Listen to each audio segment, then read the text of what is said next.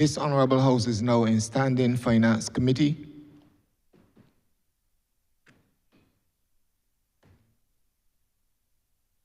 Mr. Chairman, Head 35, Ministry of People, Empowerment and Elder Affairs, in the amount of 116,779,476.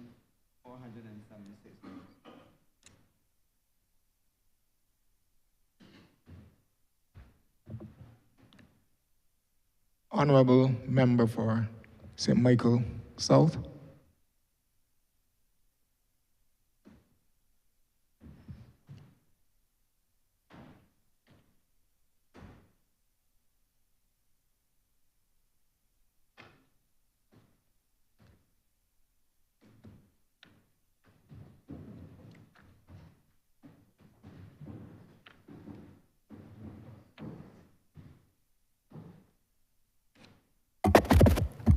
Mr. Chairman, I beg permission for my staff from the Ministry of People Empowerment to join me in the vow. Permission granted, Honourable Minister.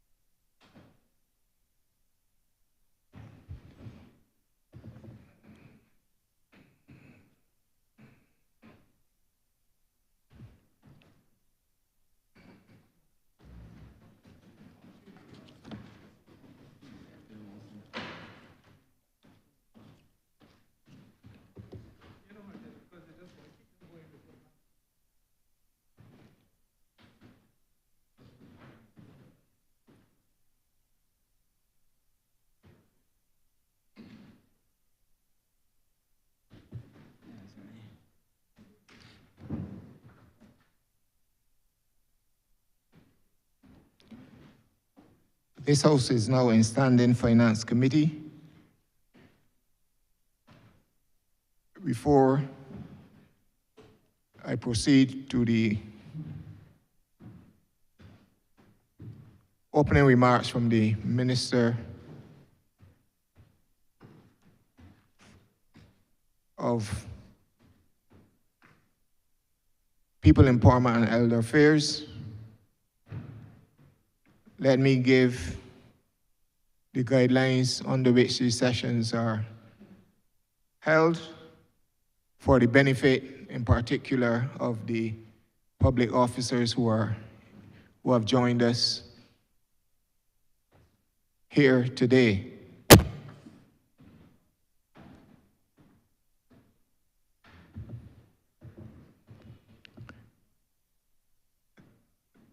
The Minister is allowed to give his opening remarks momentarily for 10 minutes. We will have a response from the Honourable Leader of the Opposition for the said time. And thereafter, we move to honourable members of the House who would indicate as they like to speak and will be called in that order. Questions to the Minister should not exceed 3 minutes. And as I indicated, you will either choose to ask your question directly, or, and you have to do that within the 3-minute period. You cannot speak for 3 minutes and then pose the question. A member is allowed 3 supplementary or 3 related questions to the initial question posed to the minister if it is believed that some elucidation is required. The minister may call on any of the officers present with him in the well to respond to any particular question. I'm asking that for the records, officers indicate their names and position so that it is captured in the records of the House. Honorable Minister, you have the floor to give your opening remarks. Thank you very much, Mr. Chair. I want to begin by thanking my staff for the work they would have done during the course of the last year. I believe that most of Barbados would agree that the Ministry of People Empowerment and Elder Affairs attended to the business of the most vulnerable in Barbados with a sense of enthusiasm and profound effort. I want to say, Mr. Chair, that during the course of the year, the ministry spent significant time, indeed, in a deliberate effort to refocus and to recharge and to make sure that the issues that were raised in the previous year were addressed during this year. We sat down, sir, and we all agreed on a vision for the ministry going forward. We agreed, as the Prime Minister has asked, for us to work on the basics, because it is okay for us to have these high-level plans, but at the end of the day, it matters how these programs are executed. And you will see, sir, that during the course of the year, we focused a lot on legislation. This ministry would have addressed outstanding pieces of social legislation that had not been addressed for years, and in some cases had never been addressed. I speak, sir, particularly of the legislation we brought on children that allows us to modernize the legislative framework as it related to child protection in Barbados. I speak of the legislation that we brought on the rights of persons with disabilities, which this Parliament has already passed. I speak of the legislation that we are bringing, that we now have with the CPC, and I hope to have laid in March or April in relation to the rights of the elderly. And I speak of the legislation on the amalgamation of the social services, which should be laid in the Parliament within the next 2 weeks as well. Therefore, bringing a complete circle of empowerment and change to that framework. Specifically on the estimates, Mr. Chair, you would notice that for this year, we have been allocated $118,963,000. And while at the surface, this looks like a very small reduction, I should want to say up front that included in those estimates were, the one for last year were related to capital expenditure, some that we will not repeat this year. And of course, we're still hoping that by the end of the year to have a move in to do additional work, which I will speak to later. So in essence, what I'm saying in essence is that we actually will have more funds available to this ministry than we had last year. The ministry has had a number of successes. I've just spoken to the amalgamation. This has been on the books for a long time. While I was Director of Social Policy in 2007, we had embarked on this process, and in fact, this process was started in the mid-90s. And different governments have had different approaches. There was an entire Ministry of Family, and this is the first time that any government has been able to do this amalgamation. The amalgamation is important because it speaks to us being able to better deliver goods and services in an efficient manner to the people who need those goods and services the most. And the fact that we have completed it in this year speaks volumes not only about the work that the ministry would have done, but on what the people of Barbados can expect from a reformed, refocused ministry.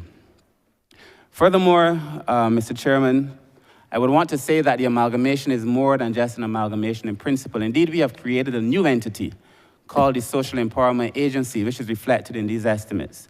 It would be an amalgamation of the National Disabilities Unit, the Child Care Board, the National Assistance Board, the Welfare Department, and we've also taken on board the work once done by the Resilience Unit. So essentially, we've created a unit that is meant to focus specifically on the most vulnerable, to be able to be in the communities, to offer a wider reach, to become a much more confidential, resilient unit, but also a unit that the people would then see in their communities. Instead of having to go to town, the unit would then be able to bring its services to the people. In relation to children, we would have passed the Child Protection Bill, as I have already stated, but we've also done some additional things. In the legislation for child protection, we spoke of a secure residential treatment facility that would allow us to offer interventions to the people who need those interventions the most, Mr. Chair. And we are in the process of acquiring a building to be able to offer those services, to treat to persons who need treatment. As it stands, and as it has always stood, there is a lacuna. Because currently the Child Care Board does not have the capacity to attend to some of the most troubled children who exhibit troubled behavior. And some of those children would have been treated previously under our justice system, but we have said in our legislation that's not good enough, and that we need to treat these people as humans and offer them the best of services. And that is what we'll be doing with that particular facility.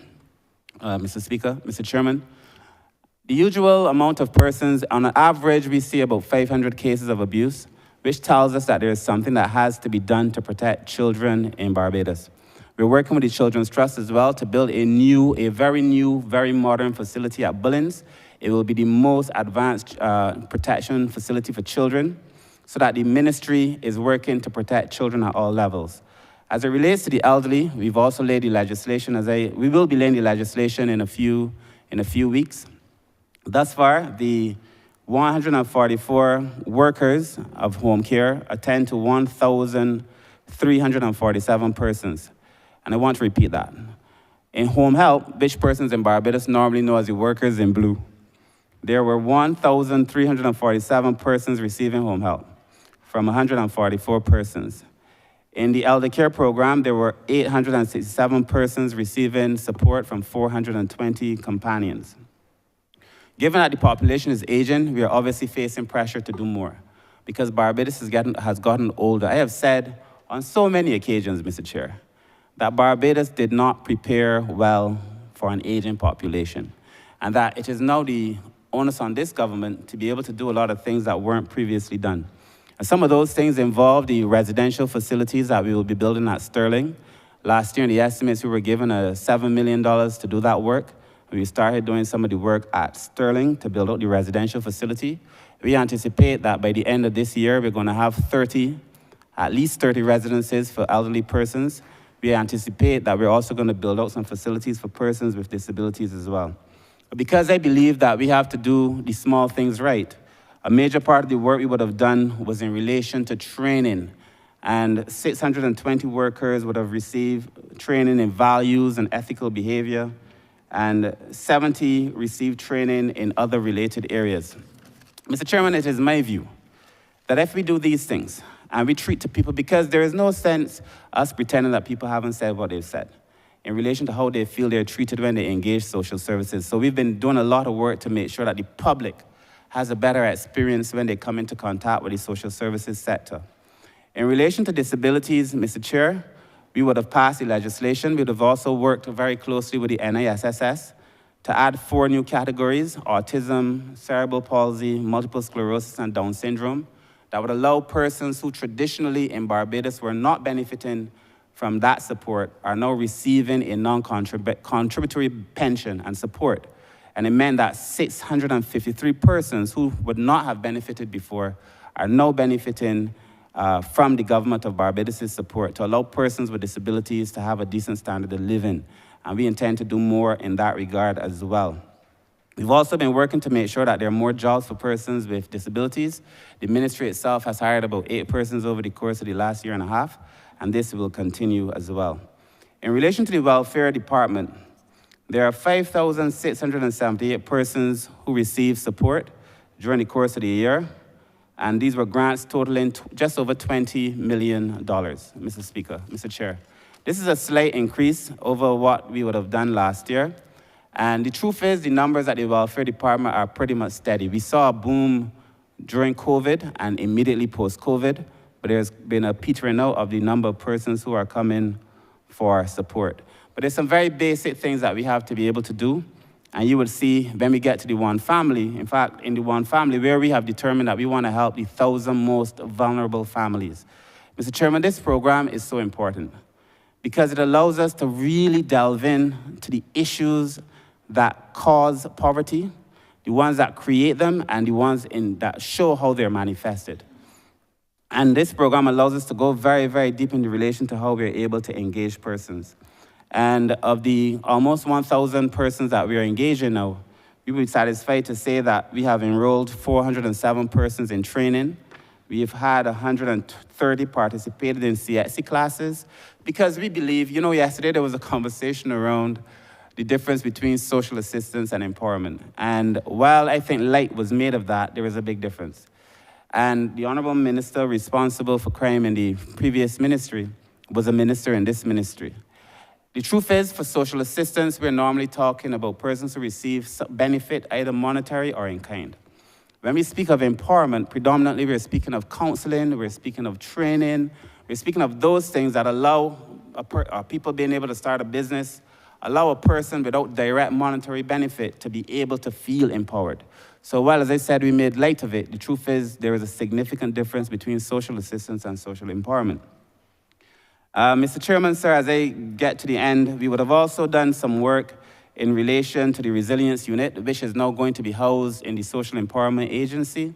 And for the first time, Barbadians must know that when there's been a fire, I doubt there's any person who's experienced, regrettably, a fire or a shock in the last year that did not benefit from social support from the resilience unit, to the extent that persons who have a fire could anticipate within a few hours, an officer is going to be on the ground, they were going to get a basic package, they're going to be housed almost immediately while we find long-term conditions. And the reason for that is simple. We believe that if people are experiencing a shock, that they should be able to benefit and to have at least the support to minimize that shock. We will also have a conversation, I believe, during these estimates on the new HIV and well-being unit that we created, as well as the work that we are doing in gender. So as I close, Mr. Chairman, sir, I again want to thank the team in the ministry. I want to thank my staff, all of them. I want to thank the public for the support that we would have received. I want to thank, I always do it, but I feel like I must thank the CPC's office because we've turned out the most legislation that any social ministry has ever turned out in the history of Barbados, and I want to thank the CPC for that. And with those few words, Mr. Chair, I beg that Head 35 stand part.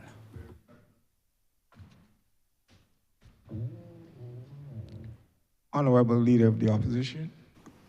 I'm obliged to you, Your Honor.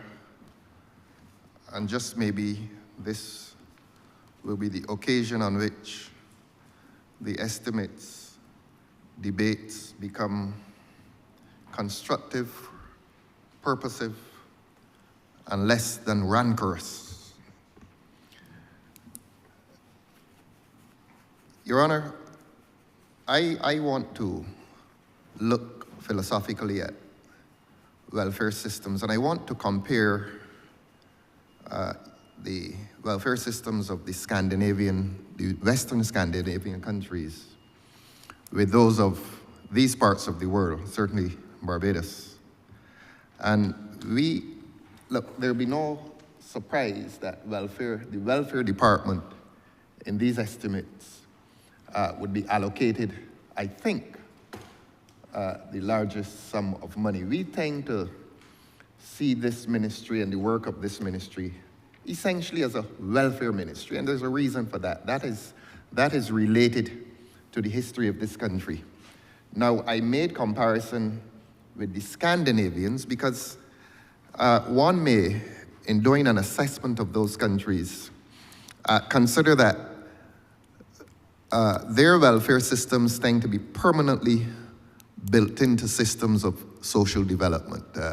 You have a country, for example, like, let's say Norway, that has great oil wealth, and they look after a human being from the age of 1 day to the age of death.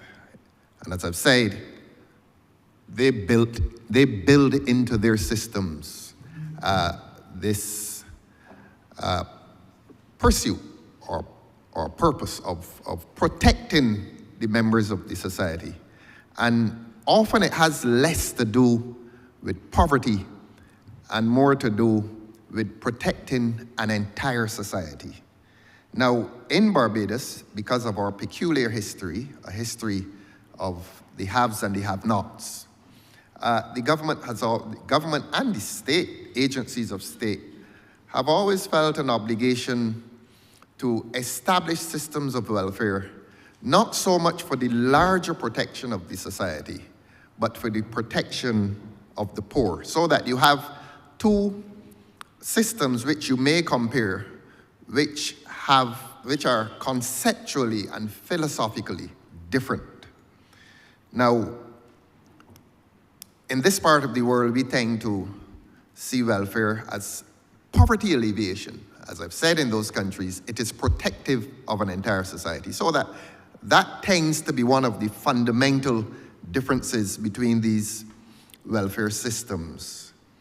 And the state takes on the responsibility, and it would not be fair for me to mention the state only, but you have charitable and philanthropic groups, and I will not leave out the church. The church also tends to be an agency in the pursuit of poverty alleviation. Now, how does the state do this? The state, as we all know, collects taxes. And when the state or the government tells you that an economy is buoyant, they will, as a result of that buoyancy in the economy, they will be able to collect more taxes. And they will be better able to protect the poor and to alleviate the condition of poverty.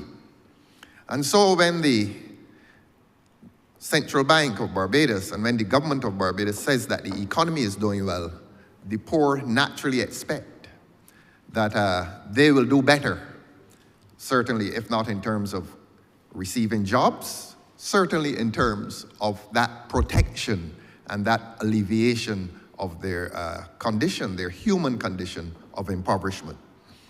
And so,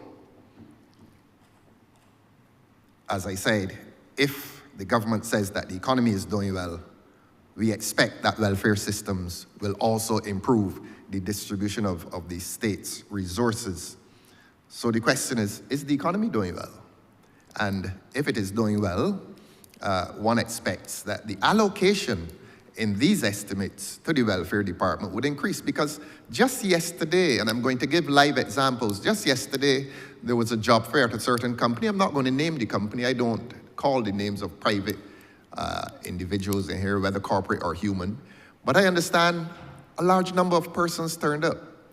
And if one has any compassion and empathy, and ministers, politicians are not politicians unless they understand compassion and empathy.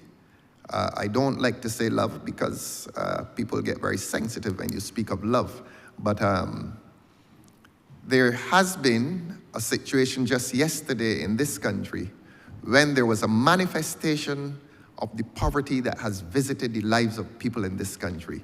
That being the case, it means that this ministry, this welfare department, becomes obligated and must become sensitive to that human condition, and that a government must become sensitive to that human condition. And if the government claims that the economy is buoyant, if the government claims that the economy is doing well, then the government will find itself politically and morally and economically obligated to increase the allocation to this department. So that is a question not so much for this minister.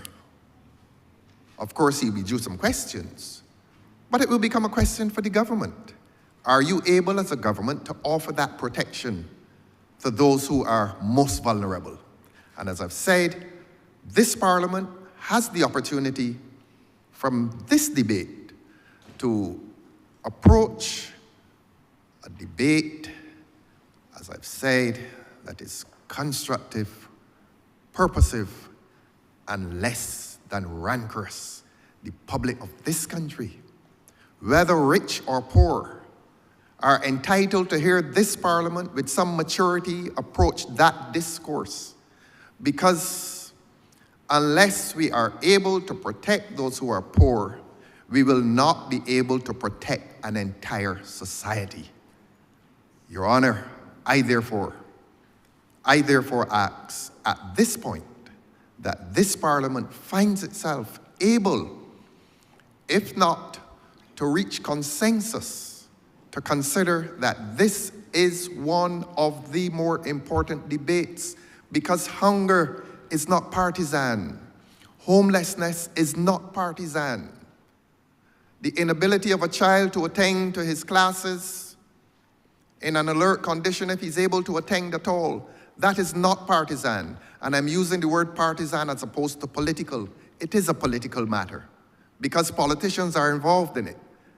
And it comes to this Parliament. The question of poverty alleviation comes to this Parliament. And this Parliament is a place of politics. So these issues are political. The question is, are they partisan? My response, Your Honor, is that they're not partisan. As I've said and I repeat, hunger does not know a political party. Homelessness does not know a political party. Joblessness does not know a political party. These human conditions are not subject to any partisan divide. And you'll find that there are a lot of people who receive this assistance. And if you join that assistance with partisan discourse, they're not interested.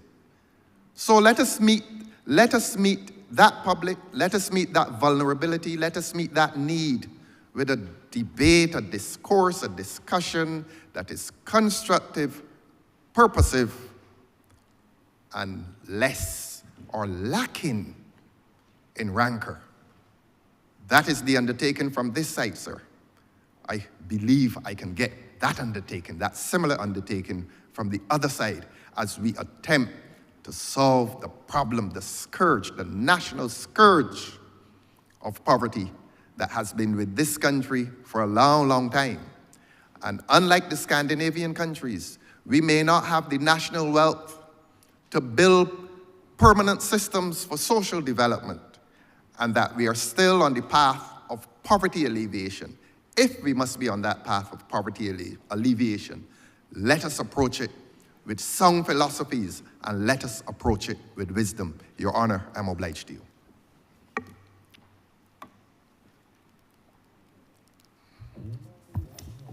Thank you, Honourable Leader of the Opposition. Honourable Minister. Thank you. Thank you. Thank you, Chair. I would want to agree with the Leader of the Opposition that there should be no political divide on these matters. And in fact, thus far... Partisan divide on these matters. And thus far, we've had none. But I also feel the need to shed some light on a few things.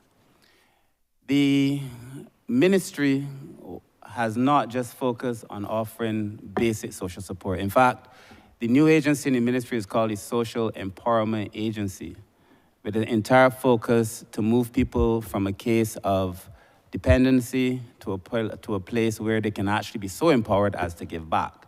We've changed the focus of the ministry. Traditionally, the welfare model has been a model whereby persons go looking for particular things and that particular need is treated. In the ministry, we've had a view that empowerment and transformation must be the bottom line. Specifically on the Nordic model that was mentioned, the Scandinavian model, the truth is that in recent times, even the Scandinavian model is under pressure. And there is a significant difference between the Scandinavian model and our model for certain reasons which I will explain. In the Scandinavian model, the system is built on heavy taxes. The persons within that arrangement anticipate that they will pay extremely high taxes and that they should get some level of support. Within recent times, there's been complaints that the inequality is actually widening in those societies.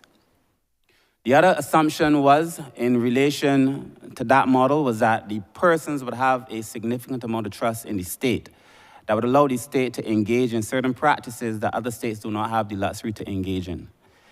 For example, there was a view that in the Scandinavian model, you could have what they refer to as creative destruction. Creative destruction meant that if you had a model that was not working, if you had an industry that was not working, the state would almost be free to dismantle it, to build new models, because the persons trusted the state so much. Many times, persons would fall between the cracks, even within those models. Barbados does not have that history. We do not dismantle in such a way as to expose people. So you have to understand that there's certain differences between the two models. At the end of the day, poverty alleviation is going to be part of any ministry responsible for social care. But it's not the be-all, end-all to it. Like the Honourable Member, most of the members on our side have concerned themselves with poverty. Personally, before I end, I've lived it, Mr. Chairman. I have studied it because I lived it. I taught it at the university for 10 years. I've practiced it here in Barbados and as part of the Canadian government. So this is nothing that I have stumbled upon. And I believe that the staff that is sitting before you have the experience, the wherewithal, the education to be able to offer a very sound perspective on where it is that we must go. These estimates reflect a new thinking. The Social Empowerment Agency is a new thinking. The legitimacy of our efforts is manifested in the legislation that we brought, the administrative arrangements that we have changed as well, and the new policy framework. So I anticipate that there are going to be significant benefits to the people. And I will close by saying this as I began by saying it. At the end of the day, the PM has been very, very clear in her thinking. And again, we also agree that we have to get back to basics. How are people treated when they come? How do we make people feel when they leave? And if we can do those things right, as we have been trying to do, then I believe Barbados will begin a serious transformation. And then lastly, I've always, and perhaps this is a question for the opposition leader to reflect upon, I've always found it interesting that there's a belief that as a state does better, there should be more welfare. And there could be a philosophical opposition to that, because if a state is doing better, in many cases, you need less welfare because it is believed that people should have jobs and people will be able to work and people are trained. So it may not necessarily happen in the first year or the second year, but eventually. And so I do not want there to be this linear kind of association between a country's capacity to perform well and the amount of welfare, because there are some instances where it's going to be true, and there are many instances where it's not going to be true.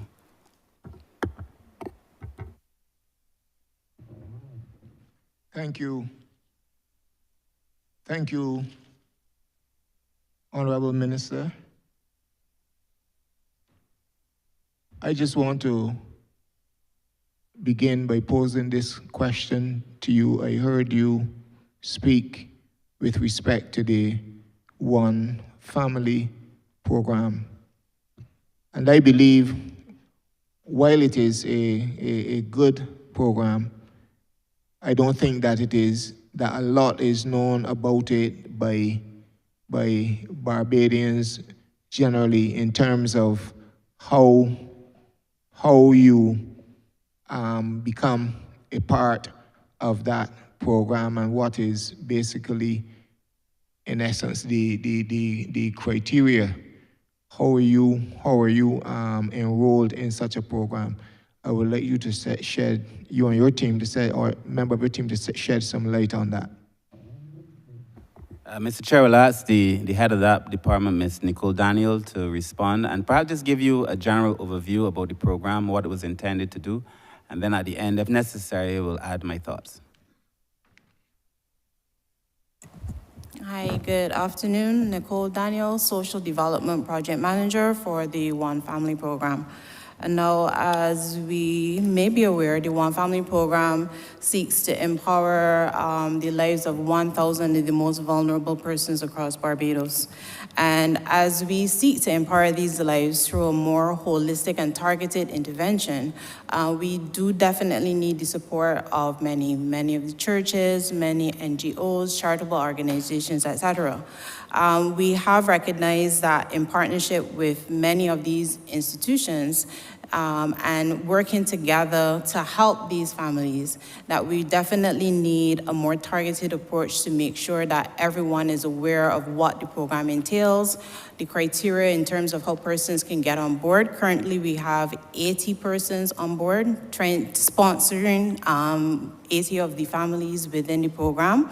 But a more detailed and a more targeted strategy is on the way, where we're trying to ensure that, as I said, more persons are aware what the program entails, how they can benefit, what are the things that the impact that the program will have on the families. So this is something that we are currently working on, and we will try our best to make every Barbadian aware of the details and the impact that the program has to offer.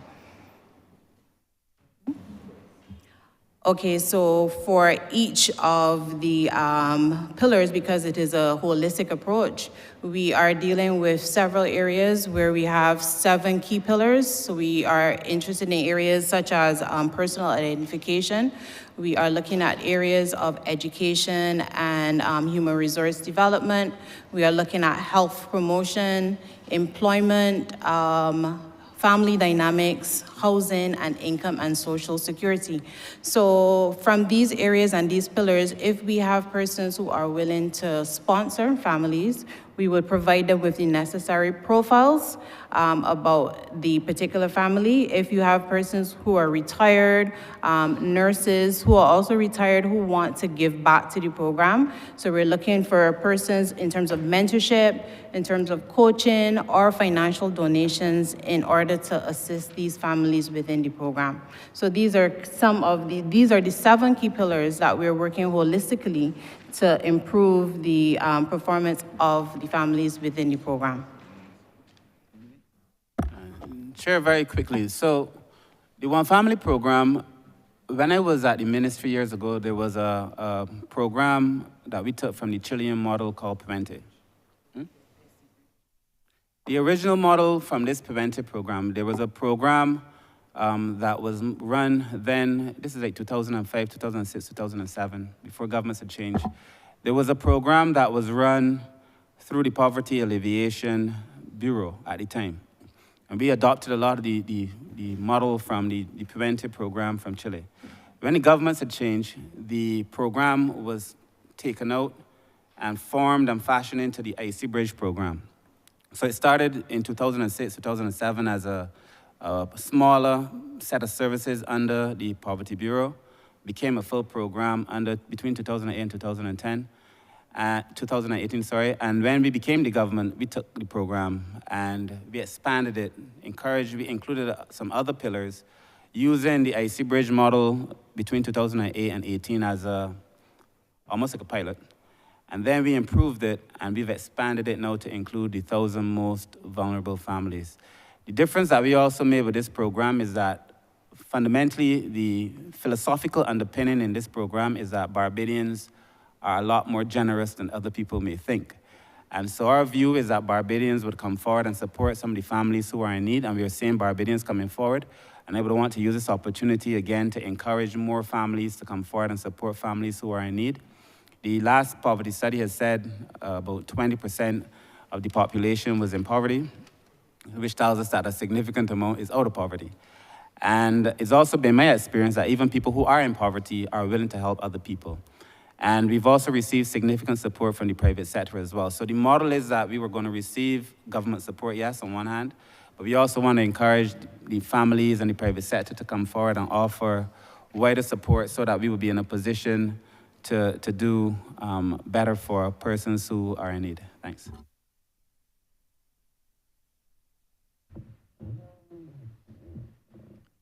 Thank you. Minister, just a follow-up question in relation to this program. Is there a time when you actually, what I would say, graduate from this, from the program in itself? How do you determine if you're going to, if some person continuously needs the help or if they can venture out now on their own. Yes, the program is for 2 years. And what we will see is that we will recognize some persons moving. We can even measure the progress against the eligibility score sheet from where they would have started to see some measure of movement along the course. Now, everyone may not, our goal really is to see all the 1,000 families actually graduate from the program, but every family is different. The mindset change that we have to work with. Yes, we can take a horse to the water, but you can't necessarily make them drink. But what the program offers is a creative way of trying to add maybe some flavor to the water, trying to get persons more interested in changing and believing in themselves and being able to invest in themselves so that they can actually do better and become more self-sufficient. What we are also looking at is trying to maybe change the source of that water, where if we change the source, maybe they are more interested in listening to persons who've actually been in poverty, done some things to help themselves, including the training or education or counseling, and been in a position to better able help themselves. Or we can look at others who are actually taking in and investing in themselves and making themselves better aware, better informed, actually motivating themselves.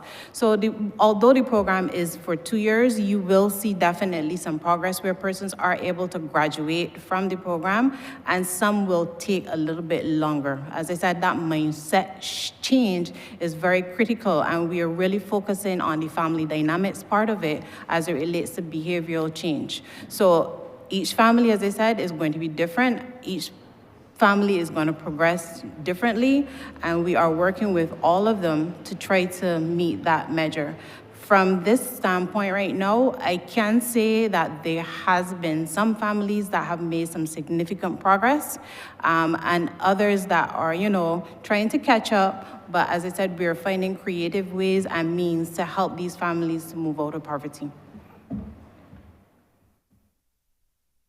Chair, I totally endorse what was said. I just want to give a real life perspective.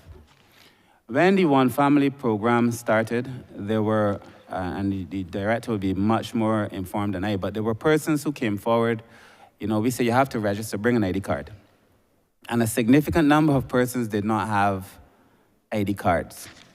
Or the idea of having a TAMIS did not register with many of them. One of the things that I found the most interesting is that we have relied, or we want to rely on a family model where the family essentially is the bedrock of support, as it has been historically in all terms related to sociology. But when we started our conversation around this new entity, and when we started this conversation around what it should look like, and we started having focus groups, we had a significant number of focus group meetings. The word that triggered people most negatively was family. Persons felt that the idea of family did not appeal to them. Many felt that families had violated them, violated their trust, did not offer that level of support. And so there's an underbelly of Barbadians. And this, again, has nothing to do with politics, because these are people of various age ranges, various geographical dispersions, persons of various political persuasion. But they've all felt that, in many cases, the family was not the level of support that both Marx and consensus theory would tell you that family would be. And so we had to rethink what it is that we can do to offer better support. So when the director speaks of offering counseling and family dynamics, a lot of what was existing in households was that families were not getting along. You could look at the combined income of many persons in households who are experiencing poverty. And the combined income of that household is above the income that should make a person experience poverty. But what do you have in that household? You have one house, 3 televisions in every room, or in each room. You can't turn on somebody's TV. You have 4 fridges. You can't touch the person's fridge. So you had a lot of families who, for whatever reason, are going through these dynamics that are not healthy in relation to being able to escape poverty, stay out of poverty, and to progress. And that is why a major component of the One Family is in relation to counseling, it is in relation to resolving those family conflicts, it is in relation to just having positive attitudes towards people. And then the other thing that we saw is that very small issues flare up and become very major issues. And so we had to deal with a lot of that. So they're very basic things. And if this conversation is to be fruitful, we also have to understand that we really do have to get back to basics. And so there are a number of things that are preventing people from being able to escape poverty that would never find themselves being measured as part of the larger poverty conversation. But this ministry has engaged itself in those things. Thank you, Honourable Member for Christchurch West. Thank you very much, Mr. Chair, and thank you for an opportunity to enter into the estimates for the first time. First, let me commend the Minister and his team for the tremendous work that they are doing and have done. We always see and saw, certainly when we had the Hurricane Elsa, and tremendous work that the ministry did in housing people in a short space of time was excellent. And I believe they still have a few people that they're still taking care of. And then also when we have fires and dealing with fires as well, and emergency housing, again, tremendous work that the ministry does with their rapid response. Just a few months ago, I had to respond to a house fire, incidentally not even in my constituency, but a neighboring constituency. And they were able to assist, especially DPS, who happened to be at a location, who got the housing for the people at the same location that he was at.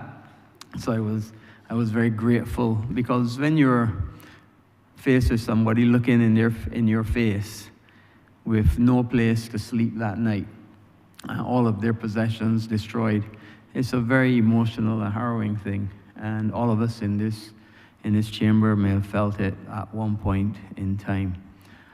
And with that, I wanted to ask the Minister the first question, and it has to do with Sterling.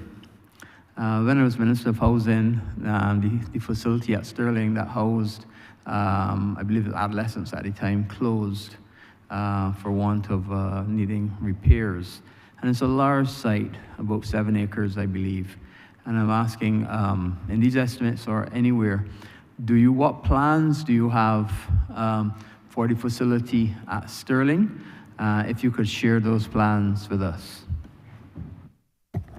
Thank you, Honourable Member. No, Sterling is a site that has very special meaning to me. When I was manager of administration at the Child Care Board, Sterling was actually one of the bigger children's homes.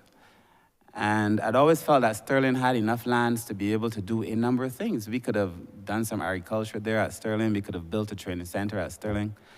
Regrettably, Sterling fell into ruin and has pretty much not been used. There were 3 cottages that were built by, originally, wasn't it originally?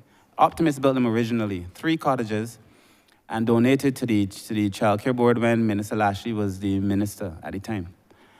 And those properties also needed constant repair, and then housing was able, thankfully, to repair those cottages for the ministry. But I've always felt that we should be able to do more at Sterling. And Sterling was then returned to the ministry from the Child Care Board, returned to the ministry proper. So the ministry proper has responsibility for Sterling. When we determined that part of the government's response to the aging population was that we would need to build residences to allow us to accommodate the aging population, who in many cases need residents. And we also looked at daycare. But when we considered that we needed to build out a facility, and the Prime Minister and the Ministry of Finance had made available to us in last year's estimates $7 million to the National Assistance Board to be able to do so for the first time, then we felt Sterling would be a natural place to do it. I have a love for the building, I must confess. And we then determined that we would build in the initial instance about 30 residences, single and duplex cottages. Very nicely done. We have drawings very nicely done to accommodate the elderly persons. and that we would want to have a model where we work with BARP and we work with Seroptimus to be able to run those residences. Seroptimus currently has a facility that they run, so they have that level of expertise. And I don't think anybody in Barbados questions BARP's legitimacy anymore. And BARP has done a fantastic job and has been a great partner for the ministry. So between the three of us, we were looking at what could we build out at Sterling. And so we've done some drawings in the first instance to begin that transformation. This is going to be the first time that you will see housing at that level designed specifically for the elderly. We're supporting facilities. So we're going to have infrastructure for dementia. On the one hand, we're going to have parts designed specifically to cater to persons who are in need of that level of support. The other thing is, because as you said, it's about 7 acres. And even with our drawings, we still had room for a lot of other things to be done. And we are anticipating, before the end of these estimates, hopefully, but surely in the near future, to have the resources to build residences for persons with disabilities too. One of the things that I think is a real tragedy in Barbados, and it is almost painful, if not shameful, that has gone unnoticed for so long, is that adults with disabilities, especially severe disabilities, have nowhere to go. When a person has a disability, as a child, they can stay with the child care board.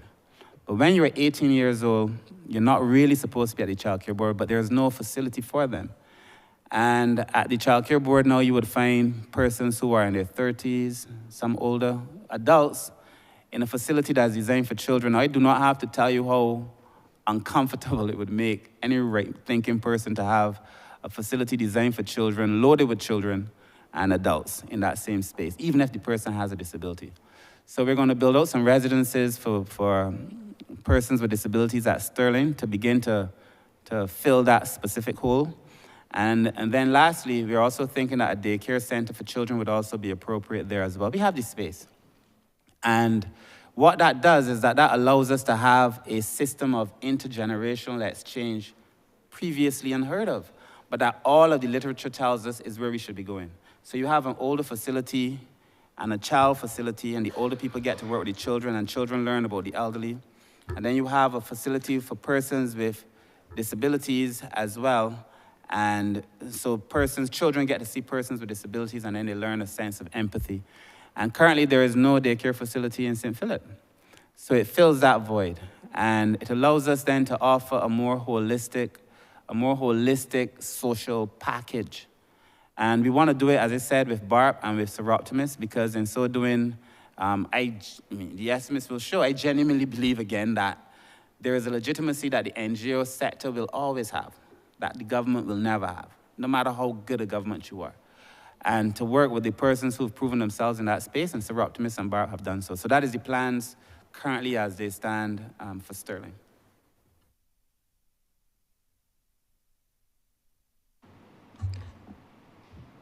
Mr. Chairman, I beg that you do not report progress to His Honor the Speaker and beg leave to sit again.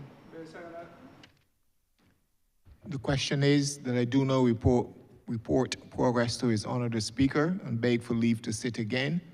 All honorable members in favor, say aye. Honorable members against, say no. Methinks the ayes have it.